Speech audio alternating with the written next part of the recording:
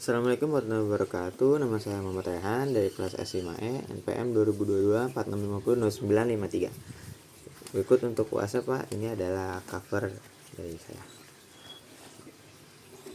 Ini saya membawakan cerita Keong Mas.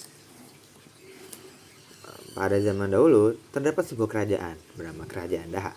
Kerajaan ini dipimpin oleh raja yang bijaksana, yaitu Raja Kertamarta. Raja Kertamarta memiliki dua orang putri, yaitu Dewi Galuh dan adiknya Chandra Kirana. Berbeda dengan Dewi Galuh, Chandra Kirana sudah memiliki tunangan. Tunangannya itu bernama Inu Kertapati. Suatu hari ia mengunjungi kerajaan Daha. "Selamat pagi Raja Kertamarta," kata Inu. "Oh pangeranku, masuklah dan lihat calon istrimu," kata Raja Kertamarta sambil menunjuk Chandra Kirana. Dewi Galuh yang mendengar hal itu merasa sangat kesal. Ia pun langsung pergi ke kamarnya. Karena merasa kesal, Dewi Galuh memiliki ide yang sangat jahat, yaitu mengubah adiknya menjadi seekor keong mas. Ia pun bergegas ke rumah nenek sihir untuk membantu menyingkirkan adiknya. "Apa yang membuatmu datang kemari malam-malam begini, putri?" tanya nenek sihir. "Aku punya permintaan. Tolong ubah adikku menjadi makhluk yang tidak berdaya seperti keong mas. Aku berjanji akan memberikanmu emas sebanyak apapun yang kamu inginkan." "Hahaha, itu mudah saja putri," kata nenek sihir. Keesokan harinya, Canda Kirana bertemu dengan kakaknya. "Hai kak, siapa itu?" tanya Canda Kirana. "Bukan urusanmu. Sekarang nenek," teriak Dewi Galuh. "Kutukan keong emas." Dalam sekejap, seluruh tubuh Canda Kirana berubah menjadi keong emas. "Hahaha, seluruh tubuhmu menjadi keong emas.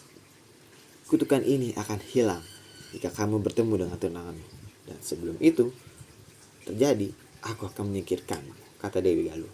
"Apa salahku, Kak?" Canda Kirana yang berwujud keong dibuang ke sungai yang terus mengalir.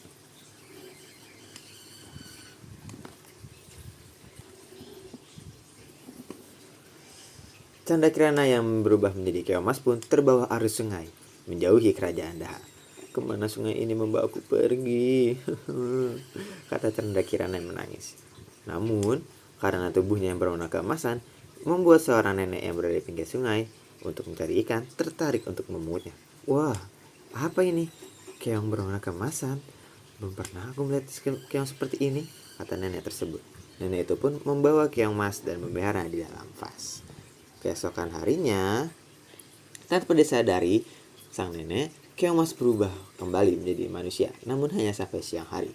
Nenek yang pergi untuk mencari ikan pun pulang dengan tangan kosong. Dengan hati yang sedih, ia kembali ke rumah.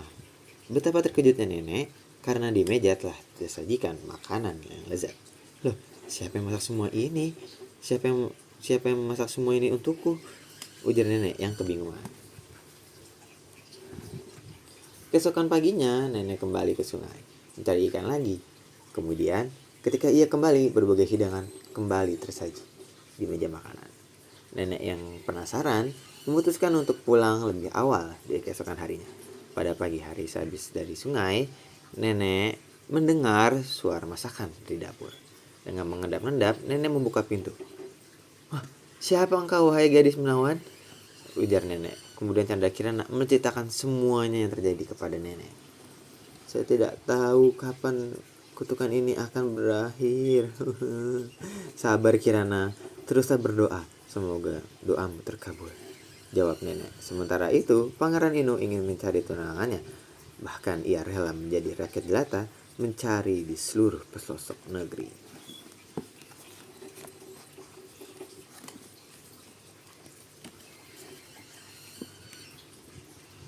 Ketika Dewi Galuh tahu bahwa Pangeran Inu ingin mencari saudaranya, ia kembali menghubungi nenek sihir. Seketika penyihir itu menjadi gagak hitam dan mencari Pangeran Inu. Dalam perjalanannya mencari Canda Kirana, Pangeran Inu dikejutkan dengan gagak hitam yang bisa berbicara. "Ke kiri, ikuti aku," kata gagak itu kepada Pangeran Inu. Tanpa ia sadari, Pangeran Inu sedang disesatkan oleh nenek sihir yang jahat. Dalam perjalanannya, Pangeran Inu berhenti ketika melihat lelaki tua tengah berdiri di bawah pohon yang terlihat sangat lelah. "Apa kamu baik-baik saja, kakek? Kamu terlihat lelah sekali," kata Pangeran Inu. "Aku belum makan selama berhari-hari, anak muda,"